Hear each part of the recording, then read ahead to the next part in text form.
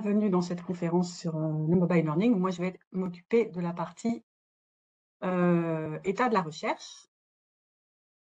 Alors, ça va se dérouler en parties. Donc d'abord, on va avoir quelques données statistiques sur les taux d'équipement de la population française.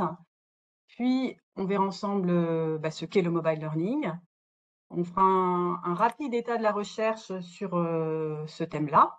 Et puis, à partir d'éléments saillants de cette recherche, on verra ensemble quelles sont les opportunités et les points d'attention du mobile learning avant de conclure sur les facteurs clés de succès de cette modalité d'apprentissage. Je vous propose qu'on commence par un quiz, histoire de se mettre un peu dans le mood sur ces statistiques. Et donc, je vais, sans plus attendre, vous proposer quelques questions et je vais vous inviter à y répondre. Alors,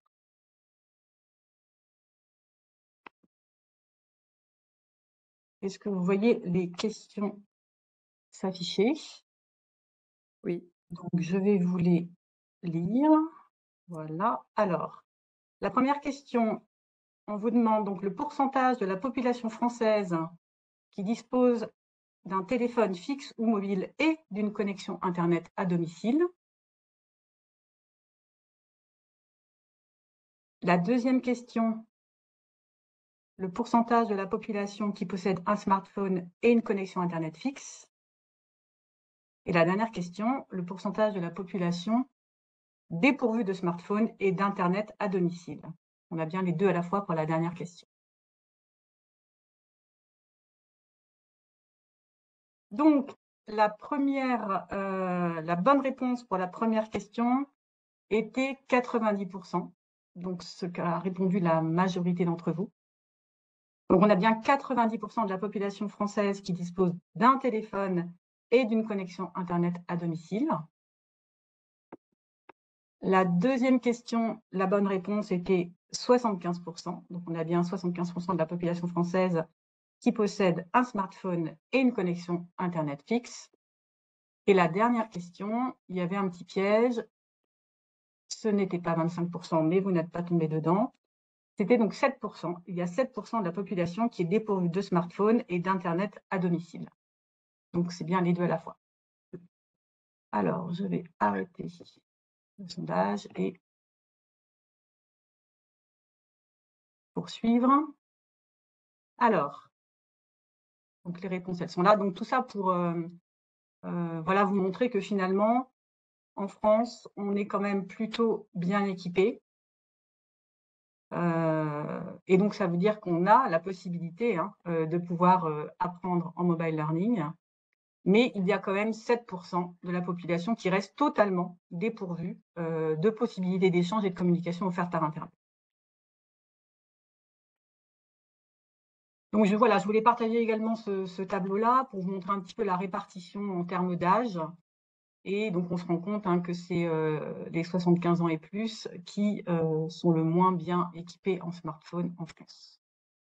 Mais que jusqu'à 60 ans, on a un très bon taux d'équipement, ce qui laisse présager de belles opportunités de se former avec notre smartphone. Alors, après donc cette petite introduction sur les taux d'équipement, je vous propose un petit peu de regarder finalement qu'est-ce que c'est, qu'est-ce que ce n'est pas le mobile learning. Donc d'après une étude de Braun et Mbati qui ont produit un document sur les mythes du mobile learning. Alors, est-ce que le mobile learning, c'est nécessairement un apprentissage en mouvement? Eh bien, pas nécessairement. On n'est pas obligé de. Ça ne veut pas dire nécessairement qu'on bouge en apprenant, mais il y a vraiment la notion de mobilité derrière le terme. Deuxième mythe éventuel, est-ce que c'est un apprentissage exclusivement avec un téléphone mobile?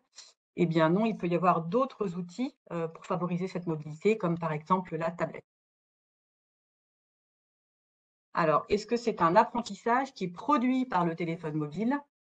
Eh bien, mauvaise ou bonne nouvelle, je ne sais pas. L'apprentissage, en fait, il est vraiment du côté de la personne qui le met en œuvre et ce n'est pas le téléphone qui produit de la magie, mais c'est bien chacun d'entre nous qui allons produire cet apprentissage grâce au téléphone mobile. Alors, est-ce que c'est un accès à du e-learning via le téléphone? Eh bien, voilà, tout dépend ce qu'on appelle, e-learning. Mais en tout cas, quand on parle de mobile learning, on parle aussi, hein, d'applications vraiment dédiées, spécifiques pour cette modalité d'apprentissage qui suppose quand même une certaine configuration, eu égard, à l'outil qu'on utilise pour apprendre. Alors est-ce que c'est, exclusivement réservé à du distanciel asynchrone? Eh bien, pas nécessairement. On peut aussi apprendre avec, le téléphone, en présentiel ou, en synchrone, hein. La notion de synchrone et asynchrone suppose donc qu'on est, en même temps que les autres apprenants et le formateur ou, au contraire en autonomie. Alors est-ce que c'est un apprentissage intégralement réalisé, via un terminal mobile? Eh bien non. Ça peut faire partie d'un dispositif qui associe plusieurs modalités. Donc ça peut être utilisé en amont, pendant et puis, en aval d'une formation. Toutes les possibilités existent. Alors, est-ce que c'est de la transposition du présentiel ou du distanciel sur téléphone mobile? Alors là, pas du tout. Ça suppose et ça nécessite une ingénierie et un design particulier. On va voir pourquoi après. Alors, on a vu, hein, voilà, ce que n'était pas le mobile learning. Je propose maintenant de faire un petit focus pour reprendre un peu, qu'est-ce que c'est qu'apprendre? Puisque quand on parle de mobile learning, on est bien du côté du learning, donc de l'apprentissage. Alors, apprendre, c'est quoi? Apprendre, en fait, c'est finalement, voilà, il y a une forme de définition de consensus, sur ce que c'est qu'apprendre aujourd'hui. Et donc apprendre, c'est acquérir et développer de manière durable de nouvelles connaissances et ou comportements. Alors qu'est-ce que ça veut dire? Ça veut dire que l'apprentissage, c'est à la fois donc, le résultat de l'apprentissage de l'action d'apprendre, mais c'est également un processus. Et c'est vrai qu'avec, toutes les recherches qui ont été faites sur le fonctionnement du cerveau, également les recherches en sciences de la formation, on sait qu'aujourd'hui, ça relève plus d'un processus et que l'apprentissage, en fait, c'est un peu quelque chose qui doit constamment se maintenir, faute finalement de faire disparaître, hein, ses acquis, précédents.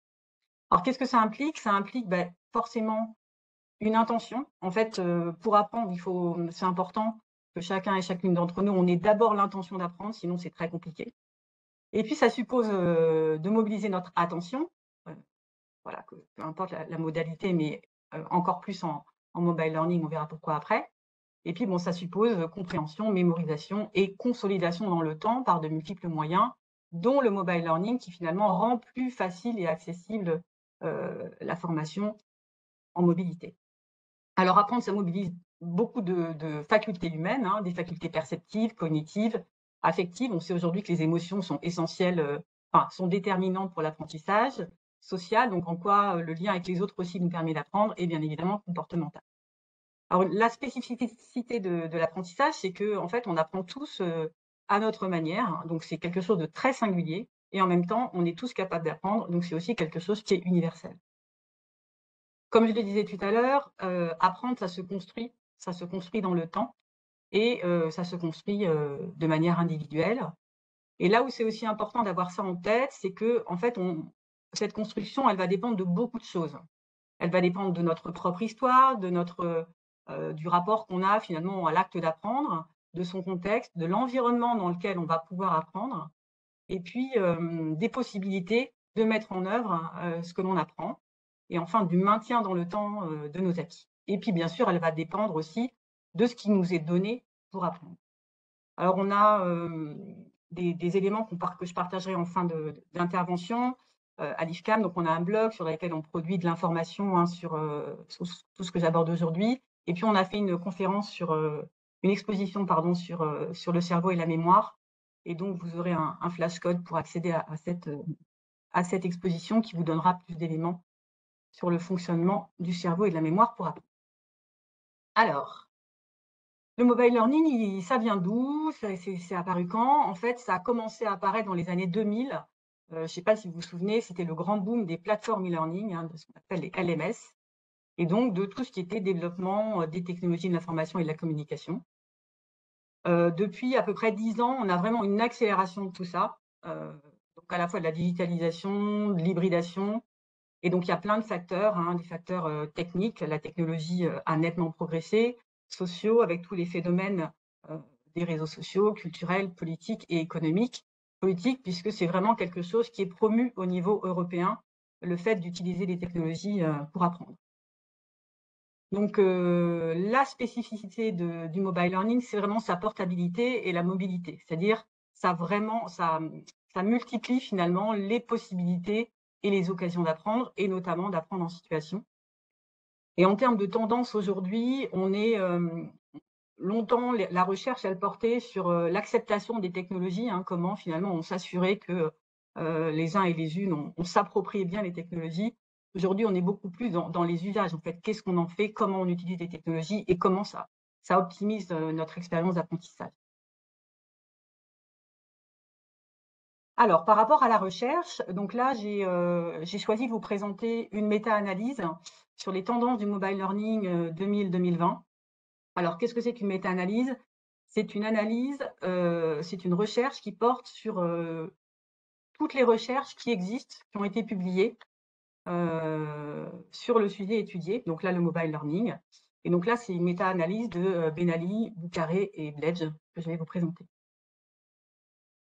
Alors, il propose une définition du mobile learning, elle-même inspirée de l'UNESCO. Je l'ai adaptée pour la contextualiser à la formation des adultes.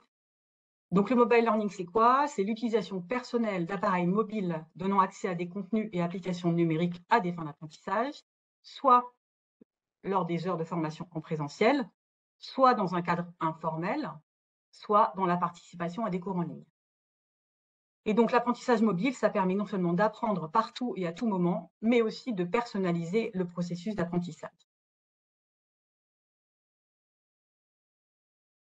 Donc là, ce qu'ils proposent, ces chercheurs, c'est en fait, ils ont regardé où était réalisée la recherche sur le mobile learning. Et donc, le pays qui produit le plus de connaissances sur ce sujet, c'est les États-Unis, suivi par Taïwan, la Malaisie, le Royaume-Uni, l'Espagne, la Chine, l'Australie, et il n'y a pas la France. Donc, ça veut dire quoi? Ça veut dire qu'on a un boulevard et qu'on peut, nous aussi, se mettre à faire de la recherche sur cette modalité, et pourquoi pas le faire dans le groupe Crédit Agricole. En tout cas, c'est une belle opportunité. Cette recherche, aujourd'hui, elle concerne encore beaucoup l'enseignement supérieur et l'enseignement élémentaire et secondaire. Il n'y a que 6% de ces recherches qui concernent les adultes en lieu de travail. Et les principaux domaines sur lesquels portent ces recherches, ce sont donc les sciences sociales, les sciences informatiques, l'ingénierie, l'art et les humanités, le business et management et les mathématiques. Alors, qu'est-ce qu'elles disent, ces recherches? Alors, qu'est-ce qu'elles étudient d'abord? Elles étudient d'abord les effets de l'apprentissage avec le mobile learning, également comment concevoir et développer des applications. Elles font des revues de littérature sur les thèmes de l'apprentissage mobile. On a encore de la recherche sur l'adoption et l'acceptation des technologies, et puis le développement de cadres théoriques. Et ce qui est important, je trouve, dans cette méta-analyse, c'est qu'ils se rendent compte que le bilan de l'ensemble de ces recherches, il est positif pour 53%. Alors, à partir des textes et des recherches qui sont étudiés, j'ai essayé d'aller extraire finalement c'est en quoi ces recherches positives, qu'est-ce que disaient ces recherches avec des résultats positifs sur les spécificités du mobile learning. Donc elles disent quoi? Elles disent que oui, le mobile learning, c'est la possibilité de s'auto-former facilement. Donc comme on l'a vu, ça permet la mobilité spatiale, ça rend l'apprentissage accessible et flexible dans le temps. Et donc, on sait aujourd'hui que voilà, le fait de fragmenter et d'apprendre à différents moments et de renforcer ces apprentissages, ça les consolide considérablement. Ça permet une variété de supports et de médias pour apprendre. Ça accroît l'apprentissage, en fait, grâce à l'évaluation instantanée et au feedback. Voilà, donc c'est vrai que c'est des modalités où il y a souvent et très souvent donc des évaluations, et l'évaluation est vraiment essentielle pour se rendre compte que l'on ne sait pas, et derrière pour activer notre curiosité et notre envie d'apprendre. Donc ça permet également un apprentissage contextualisé, ça donne accès à de la réalité augmentée ou des environnements virtuels. Alors un des bénéfices du mobile learning, ce sont aussi les notifications. Donc le fait finalement que grâce aux notifications, on va se souvenir qu'on a un module en cours et qu'on va pouvoir y revenir. Et ça permet donc de personnaliser l'apprentissage. Pour les apprenants, quand c'est prévu par la formation, bah, de produire, qu'ils puissent produire eux-mêmes, hein, des supports de vidéo et d'audio grâce au smartphone qui a toutes ces fonctionnalités-là. Et puis ça facilite le partage sur les réseaux sociaux. Et ça aussi, ce sont des éléments qui accroissent l'engagement, hein, des apprenants. Alors, à droite, il y a quelques citations tirées de ces études.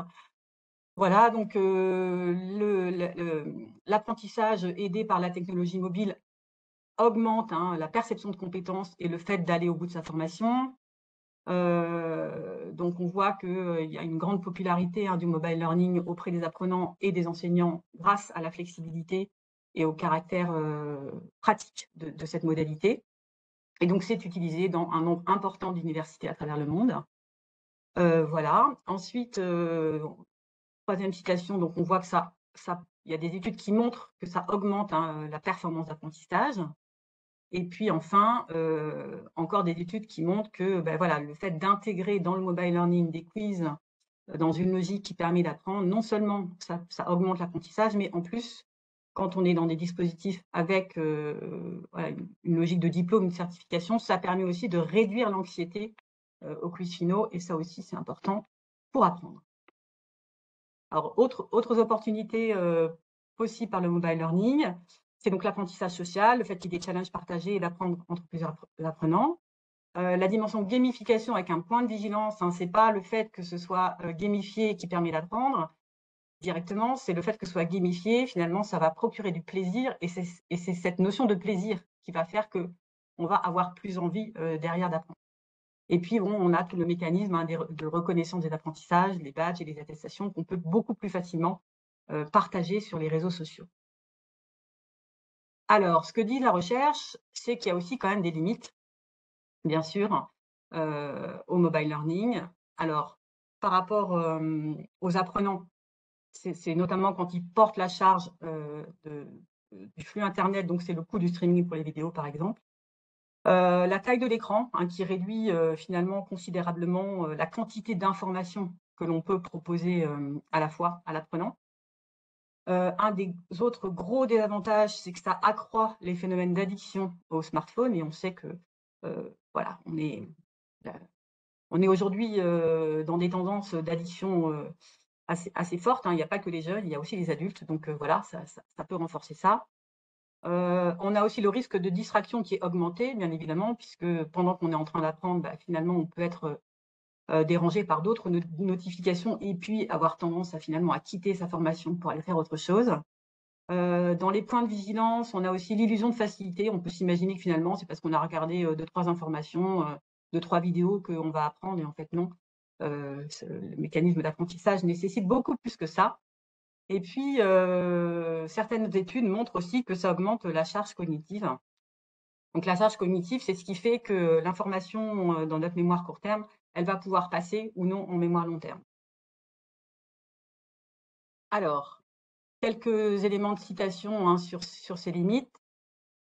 Donc voilà, la taille de l'écran, hein, qui peut être vraiment, rédhibitoire, la distraction et puis comme je le disais, heu, la charge cognitive. Sur la charge cognitive, pour aller plus loin, il y a un article sur le blog qui explique, mais en gros, on a 3 éléments, qui conditionnent notre charge cognitive et qui fait qu'on va pouvoir aisément passer les informations de notre mémoire, court terme à notre mémoire long terme et donc vraiment les mémoriser.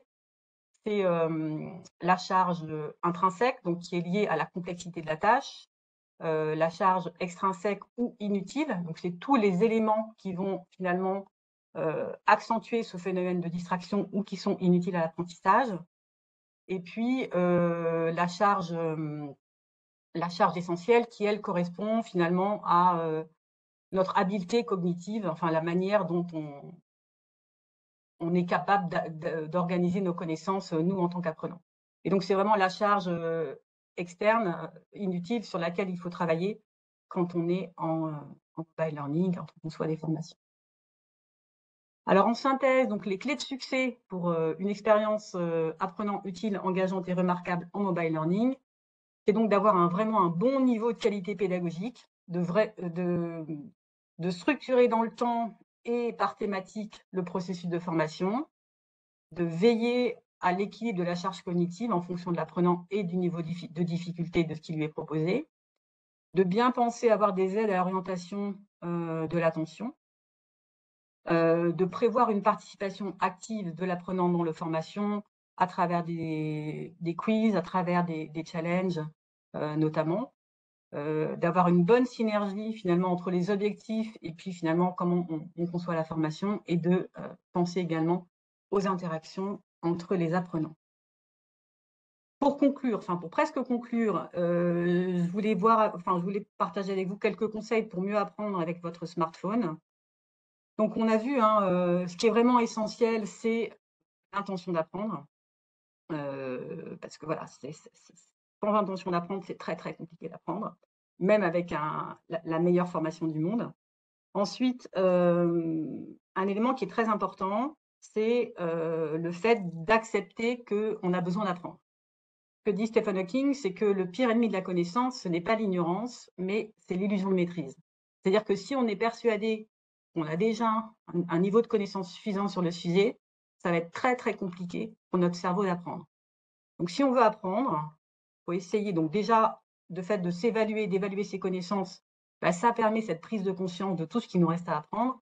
Et puis voilà, toujours se dire qu'on a toujours des choses à apprendre. Ménager sa charge cognitive, donc faire attention à son environnement. Si on est sur son smartphone, vraiment, voilà, se limiter dans le temps qu'on va y passer, se couper de toutes les notifications extérieures pour optimiser son apprentissage. Et puis voilà, ne pas hésiter à planifier hein, des moments dans lesquels on va apprendre.